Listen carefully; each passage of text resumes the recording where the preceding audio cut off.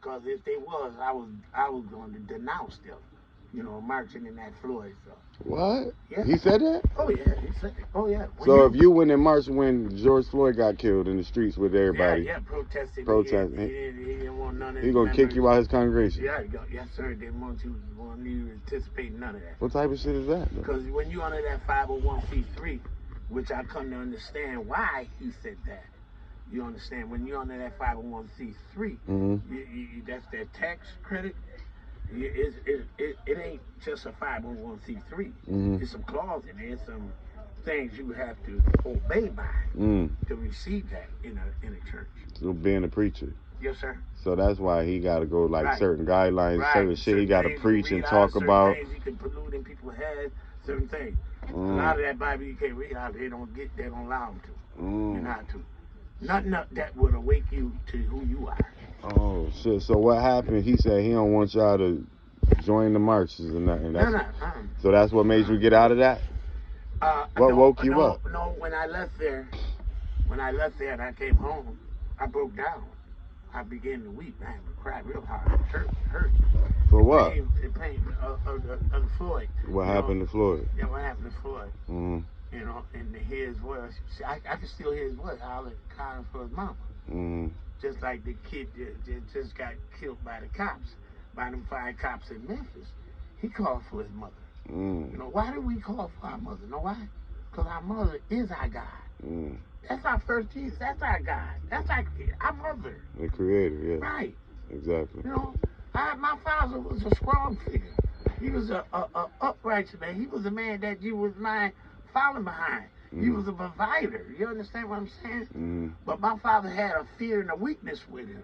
And his fear and weakness was the white man. Was the Caucasian man. You understand? So you went home and you broke down because of the Floyd shit. Yes, I broke down real bad. I took it real hard. And and that day I questioned God. I questioned Jesus. I said, well, if you real, you either gonna take my life today or you gonna give me the answer I'm seeking today. It's gonna happen today. Or else, this is what I'm gonna do. I'm gonna fast till you do it. I'm not gonna eat, I'm not gonna drink. I'm either gonna die of starvation or I'm gonna die or no water, like whatever my body would do, or the lack of nutrients or whatever I had to have to keep me surviving. No, I was willing to go the whole course. I say on day 3, the voice hit me in the head. A voice? Yeah, a voice. A voice just like me and you talking, just like that. Yeah. Said, it's not real. You said what? It's not real. And that's when I broke. Oh my God, you talking about breaking down. So what am I going to do now? Knowing that everything I lived and everything I know wasn't real? Something told you it ain't real. It wasn't real? So what came to me of what happened after that transformation? I heard you tell me the story the same way a lot of times too. Right, after that transformation of that, I started seeing little signs, like my phone was sitting there and I grabbed my phone and I hit it on and it'd be on somebody that was going through exactly what I'm going through. Was saying the same thing I was seeing. I'm like, whoa, wait a minute, that's a coincidence, ain't this crazy? But when you start seeing it constantly, then you it's a sign now, it ain't a coincidence. The light started getting brighter. You can start seeing the end of the light. You can start seeing it through a dark tunnel. You can see the light. You finally can see light. And once I made it to that light and opened up, the truth was there, man. We've been traded places, man. We've been bamboozled. We've been lied to. We've been tricked. We've been scalded. Ain't no 2-legged man or woman on earth ever can tell this story like us. I don't care how many integration you did. I don't care what came to you in life as to this day. It will never be able to take the place of what we went through in our own country. You mean what I'm telling you is this is my house, but it's a chain on the refrigerator and it's a chain on the sink. I can't get the water and I can't get the food, but this is my house. Who controls the refrigerator and the water is the government. They got control of everything? They got that. They got that. So, your younger days, how was you back then? Growing up like teenager to 25? Growing up, I grew up doing the Panther stage. I grew up doing the Martin Luther King marches. Oh, you was around during them times? Yes, sir. Oh, yeah. I was born in 1960. Okay. On the dot, yeah. One of the greatest models ever made. When they built this one in 1960 on the dot. Thought that shit. Yeah. It built me very well. Yeah. You know, it built me for all the trauma my people took and all the suffering and mistreated. It made me into a person that I was like a sponge, but I can adapt to anything. You can't punish me. You can't hurt me. You ever did some time before? Yeah, I did 3 years in the state penitentiary. Okay, so you've been there before. Yes, sir. Been a deacon before. Yes, sir. You ever sold drugs, smoked before, anything? Yes, I used drugs. Yeah, my drug of choice was crack, and my other drug of choice was alcohol, beer. I drank a lot of beer. You made it out of that? Yeah, I made it out of that. Made it out of that too. Let's go. Oh yeah, so you tough. I ain't gonna hold you. A lot of niggas don't make it out of that. Yeah. A lot don't. But I had a good. So how was it around that time? What made you start doing that shit? It was everywhere. It just hit. If you was dealing with marijuana or drinking at a younger age, you was gonna elevate and go to that when you kept other friends, people that was in your circle that was doing them things. Eventually, it was gonna rub off. You go get a hold of it. And I dodged it as much as I could. But I was dating a girl, and her sister's name was into the street life. And one night, I had fell asleep on a drunkenness, and I woke up. They was blowing crack out of stem in my face. So hold on, rewind. You was chilling with a girl you was talking to. I was going with at that time. You was going. That was your shorty. Yeah, it was my shorty. And what y'all used to smoke weed? What you used to do? Drink. My basically drinking and I snorted. I snorted now and then. That was expensive too, right? So back in the day, that was like, what did snorting do anything to your body? It fucked you up? It would get you a high, and it was the coolest thing because you want to be cool. So that's what everybody do. Everybody made it a cool thing. So everybody used to snort back then. Only the unique ones, I ain't got this going on and all that. So everybody used to snort back then? Yes, sir. Like even the rappers? Yeah, if you snort, you shot. They shot a lot of heroin.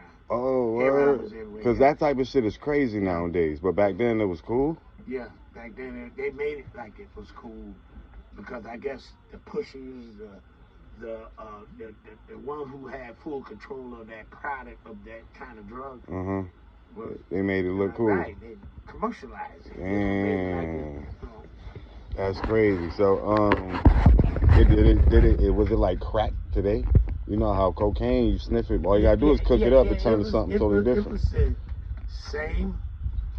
Yeah, it was the same as certain who handed a lot of people put different cuts, different type of stuff on it. Some people. Because I remember like watching movies and shit, that was the thing. Like Rick James and shit, sniff a lot of coke. James Brown, like in your era, all them niggas, Eddie Murphy, everybody do it. So that was, snorting cocaine back then was like smoking weed today. Right. Everybody do that. Everybody. It ain't gonna really do. Parties, Right. Everybody. And you don't have to be friends to nobody, but when you got crack, you friend everybody. Oh, word. You could take two completely strangers, never knew each other, never seen each other, can sit down and smoke crack and get along. Because they smoking. Okay. Right. So boom, you was chilling with the shorty, with the girl. Right. Where y'all was at? My house at the time we were staying together. Oh yeah. I was staying with her actually. And her sister stayed there too. And so what happened? Like I fell asleep after just drinking a lot, worked 16 hours, I passed out. And when I came to, they was blowing that stuff, and I was like, hey, what is that? They were blowing crack in your face, smoke? Yeah. And then I looked, it was like 4 or 5 of them at the table. And they had stuff chopped up, and then they had some snort stuff. They was snorting the heroin. They were partying. Right. And then, come on, sit down here. And there was a turnout. It turned me out. It was a turnout party. Yeah, it was a turnout. And I did it. And, I did it. I'm saying, I don't see what y'all getting out of this. I don't like that. It ain't no good. Right. The main wow, I was saying that, I was actually buying. So they was blowing it in your face. You woke up. Was you high when you woke up? No, actually, no. Nah. And damn, that's crazy. Them bitches greasy for that. Yeah. So that's how it was. You wasn't turned off. They knew what it was. Because you had the money. See, this drug was experimented first before he got to you. Mm. You know, when they start cooking it up in them colleges and them labs, you know, them like the same thing they do corona and all these diseases, herpes, all that. They make them in them labs. Right. They formed it crack, cocaine into crack. Right. Experimenting. Wait a minute. Might be a good tool for the monkeys. They call us monkeys. That's a fact. They do call us monkeys. You get all kinds of names and labels in this country. Except for you are indigenous and you are the American Indian. You are American. They ain't gonna tell us that. No. Everything else is bullshit. Anytime you see that red, white, and blue flag and them crosses on that church, that remind you of your demise. That remind you you're conquered. You've been conquered. That's all that flag stands for. It's a war flag. And that cross remind you of the hanging. See, they say they hung Jesus. Well, they hang you today. So after after the girls got you high and said you end up trying it on your own? Before I know it, I was addicted to when she. After that one time, her blowing in your face. And so you start buying it and shit? I went into a 15, maybe 16-year run. Easily. That fast? Your whole life changing? The whole life. For a whole 50. No change of clothes. Slept in bandit cars, bandit houses. So you went from having money, you're working, doing it all right? I was with the people who would call into the programs and stuff they call a functional working addict. Have a job and still I had smoke. A job because I had kids and I knew I had responsibility. Even though I'm sick as I was, I still worked because I knew I had kids and child support was coming out. Right. So I knew I wasn't good enough father to be in their life to see them through. I was caught up there. I was caught. Right. I was into that web. Yeah, that bitch fucked you up. Smoking, doing that shit. Right. Nasty bitch. Oh, yeah. Let me be at peace. Yeah, you was asleep. That was your joke. Why is you bothering me? Right. You know, just being wicked. You know, that's what that drug come with. Wickedness. Know, it was like the same way they burn Christianity on. Damn. So for 15 years, you got black churches even on. You got black churches even in storefronts everywhere. So for 15 years, you went on a run. Oh my God! You was out here. If it was that, it might have been longer.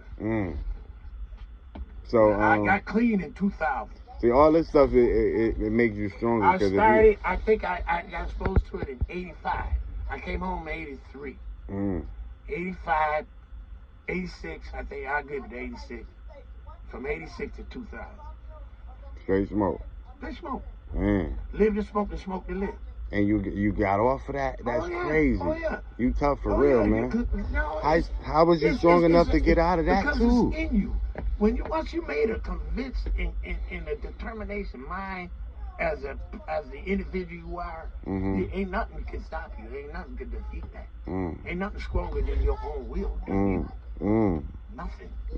Once you make your mind up and focus, what's on your left, what's on your right, what's behind you, won't be in your way because you're straight forward. It's on your face. I remember when I got out, one of my good friends came to pick me up from jail. He was on the other side of the street. And he said, Vic, and I turned around. Hey. I said, hey, what's going on, man? Can't you pick me up? He said, yeah, because I know you ain't had on nothing. You went to jail with nothing. And I said, he said, man, I got you. I got your beers, I got your thing. I said, oh, I'm good, man. I ain't with that no more. And I ran. Got the fuck away from him. I ran straight to my mother and father's house, and I moved down in their basement, and I didn't come out. Damn. I didn't come out for about a year and a half. That was a test right there. That nigga was waiting for you. I stayed in that basement a year and a half. He was waiting for you to try to get you back on that horse. Oh, yeah. And you good thing you got away from him. Oh, yeah. Yo, so you ever, so boom, you end up getting clean off that. In the midst of that, you ever sold any, you ever dealt any of it? I sold marijuana. I sold a lot of marijuana. A lot? Oh, yeah. Oh, you was the man? A lot of that kept me with the crack, you know. You was the man? No, I wasn't the man. I was working for the man who was the man. Oh. But I'm saying though, if you was able to get rid of a lot, you lit. You know, good. It kept me high. I stayed high more. Oh, that kept you on a horse because you had money. Yeah. How was them times though? That was on the block. I was on the block. Yeah. Oh, yeah, right. I was on the block. I went through a lot of hell on there, but I survived it. I never been pistol whipped. I never been stuck up. But anytime I took a break or got somebody to release me on the block, they got robbed. They got beat. Oh, what? Yeah. So you got lucky out there. You missed all the bullshit. Go through that experience and make it out. You know what I mean? Right. Yeah. But it was rough. It was very rough. What you used to sell? Nicks or dimes? I sold dimes of marijuana. I've been approached by other crack dealers that was selling crack and caught cases, fed cases, and they came stuck guns to me, brought big bags of weed and told me to get that off for them so they could get their lawyer money up. Oh, niggas just try to. Because ain't nobody beat me selling. Can't nobody fuck with you selling weed? The cops was getting my weed. The cops. How they come take it? Oh yeah, take it. And they said, "What kind of good weed you got today?" Oh yeah. Oh. Sometimes they give me down, sometimes they don't. Sometimes they just come for the money and the weed. Oh shit! So you was booming out there with that weed. Yeah. A lot of people knew you because of that.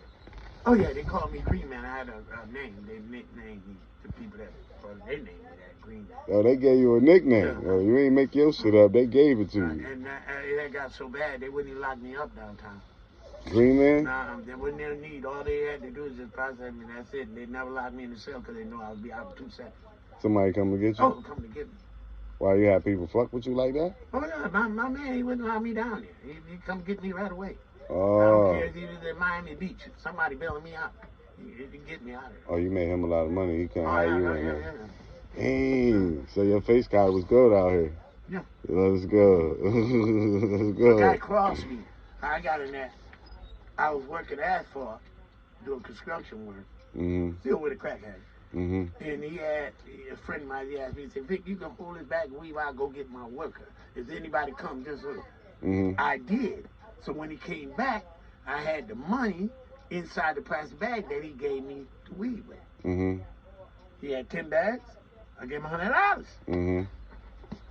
He counted. He had me another pack that I still can't find him yet. You know, not peeping game. He running fucking game on me. Excuse my language. Nah, you curse. And I did. And then when I spoke to him, I said, "Hey man, hey dude, you've been going against this guy for a while. I got to go, man. Give me my little for doing this, and I'm gone." I got you. He said, "Oh man, you short, man. I can't give you nothing." I said, "Oh, you can't give me nothing." So I went around the corner to the crack dealer, which was a friend of mine. I said, "Hey man, I need to talk to you." He said, "Yo, what's up?" I said, "Hey man, I guarantee you, on my life, I guarantee you, you get me a pound of weed, you will never look back." What? He looked me in my face. He stared at me for a while. He said, "Give me time to think about that. Come on back. About an hour. Give me about an hour." He was gambling at that time, really, shooting 4, 5, 6. And I came back. He said, "Oh, Vic, you did come back." He said, "I got it in the office." I sold out of his stuff that same day. That pound of weed, I sold every last crumb of that. And once I sold that, every last crumb of that, in one day, he said, "Oh, shit, man, oh." So, and then when he went to go get me some more, he gave me 150 out of it. That, which is not bad. Back then, yeah. You know, I'm making that. Yeah. You know, and then he said, "Man, hey, that so-and-so boy got a weed house around that street, around that corner. I hope you ain't messing with his company." I said, "Nah, matter of fact, I'm glad you brought that up. That dude crossed me, but he didn't know what he did. Them people was getting it out of my hand. I'm not longer in this spot. I'm not in front of his house. I'm not in his house. I'm down the street here. Right. Which is another whole block. They coming to you. And I never looked back. And he started to flow with that too. Never looked back. Dang. Never looked back. So you was getting that shit off? Dude, listen, one time I opened at 7 in the morning. I sat down at 1:30. Straight dimes? Straight down. What you selling? How I a pound? sold $8,000 worth of weed within them hours. $8,000. $8,000 worth of weed within them hours. Because you know why? How I know? Because the guy, because we started taking turns on the ones I was flipping the weed for. And one of the guys said to me, he said, Vic, we closing down for the day. If you want to do another patch for one of our other boys, call him up and tell him he's shutting down there, he good. And I did. And I flipped his. And the next man came, I flipped his. Damn. So you just had niggas coming to you all day? All day long, 24/7. Traffic, one after another? 24/7. Booming out this video. Booming. Top-notch weed. We had the best weed you can find that came in America. Damn, it was weed like that? Yeah. That's crazy. So you done been in the field too then. Dime bag. It had got so to my man when he was selling the higher stuff, he just quit. Oh, he just went straight weed? The money was flipping too fast. He couldn't count it fast. He said, fuck this work, nigga. We got a nigga who sell this weed like hotcake. Right. Dang. Yeah. So how you end up stop doing that? Setups, you know, that sales, you know what I'm saying? Sell charges? Yes, I give me sell charges. Fucking with you. Then I had a lot of haters out there that was working with the police. Snitching on you. On me, and the police would approach me, pat me down, I don't have none, but walk way over there in the bushes, in the weeds, and go right in there and find my Pringle cans coming in. So I knew that was somebody. Know exactly where your shit at. Somebody done told them. So I told him. So when the cop came back to me, and with the Pringle cans, oh, I wonder what's in here. He said, ooh, when I open this up, you gonna hurt on there. I said, hey, I ain't gonna hurt nothing. That ain't mine. I don't know what you're talking about, man. Like that. And he dump it out. Number weed. Damn, niggas ain't right, man. Yeah. In that game is no friend, is no loyalty among thieves. You know what I mean? Right. You couldn't trust them, man. A lot of them was haters. And that developed, you know, doing the business, you know. Hey. So a lot of bullshit started happening to make you get out of that. Dang. A lot of tons of money. So once you got off of that, you stopped doing that? Yep. So you was motherfucking in the church. Yeah. Nigga, then the girl turned you out. Yes. Then you motherfucking got over that. In the midst of that, you turned into the weed king. Yeah. And then Green man. Then you realized that shit was some phony shit, dealing with all the bullshit that come with it. Right. Then you went to church, back to church, and got back clean. Right. Stop smoking, stop selling. That's right. Turned into number one deacon now. Number one. Oh, pastor right hand. For a minute. To his family members and his people. Then you woke up and realized that was some bullshit. Oh man, but the worst of it all. Because the reason why I knew I had a deep down beast. And I knew it was something. It had to be something that wouldn't let it show out as it hidden so deep like that. It was more. I was more soft than I really wanted to be. But it was the way it is. You know, the way things was. It's like a hidden warrior. You really is a hidden warrior. And now people got that in them? Oh, it's in you. We all warriors. Black people or white people, everybody? We was all in tribes. We all had our own little section. You had to be able to protect that. And the adults ones taught the younger ones how to survive, how to use weapons, how to, you know. Defend yourself and take care of shit. That's right. And some of our tribes got along and integrated with them. That's how you got a Williams married to a Davis, and a Davis married to a Robinson. Everybody integrated. But they knew it was power and strength, because the more you integrated into another tribe, that made that tribe even bigger and stronger. Okay. And when the Caucasian man peeped that, he knew he had to bust up tribe. You know, he had to take that identity with you, because if you ever reunite, there's too much strength in numbers. Dude, you ever heard of Armageddon? You ever heard of End Time? You ain't never heard of Like the end of the world? That's what you are. Oh, we could be the end of the world if we come together. You're worse than an atomic bomb. You listen. You know how they write books, and you know how they tell stories about hell and the devil. You will make them look like a walk in the park. You will. I will. Just come together and realize what's going on. Oh my God, it's worse than anything you can imagine. They never want to imagine that. Oh man. Oh man. They will let off all them bombs at one time. Every country that carried a atomic bomb didn't allow that to happen. And they're willing to do that. They're willing to do that. They will let off a bomb before they let that happen. They kill themselves. So you've been through it all then. Oh yeah. Every man that was born in these 1960s, in the 50s, I cannot let go of the 50s because the 50s led right into the 60s of no change. And all that you had to be, you was taught and you was guided. I got a lot of my upbringing and a lot of my things from the Panthers, Black Panthers. You know, did you know a Panther? Oh yeah, I know plenty of Panthers. Oh yeah, Black Panthers. What was Black Panthers back in the day? What they used to do? A community. A community? A bigger brother. A big brother. A protector. Because what they taught us in high school, Black Panthers was bad. They run around and just terrorize shit, fuck with white people just because of all bullshit. False. It was false. What was it?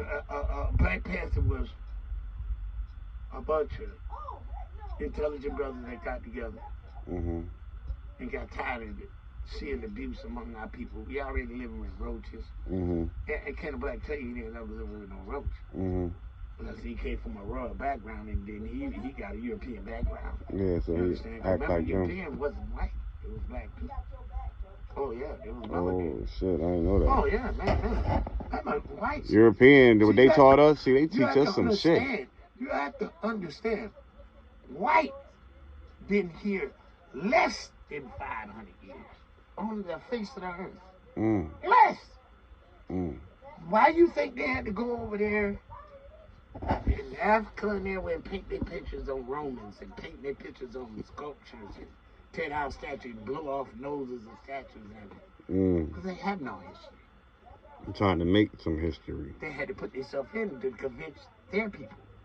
And everybody else. Army to get them a bunch of white supremacists to get them bored. See, their cruelty is not from us. What makes them so powerful? Is it their brain? Because they seem like some pretty smart people. What made them powerful was anticipation of others, like you, my people. They play chess. Manipulation, promise, lie, deceit. Who's the devil? Lie, deceit, as they said in their Bible, you know. Yeah. I don't see the Bible talk about hell and talk about the devil, Satan, and all that. When I see the Congress, the government. See, yes. The Congress and the government is the hell. That's the devil. Hold on, we're gonna end it right there for a second.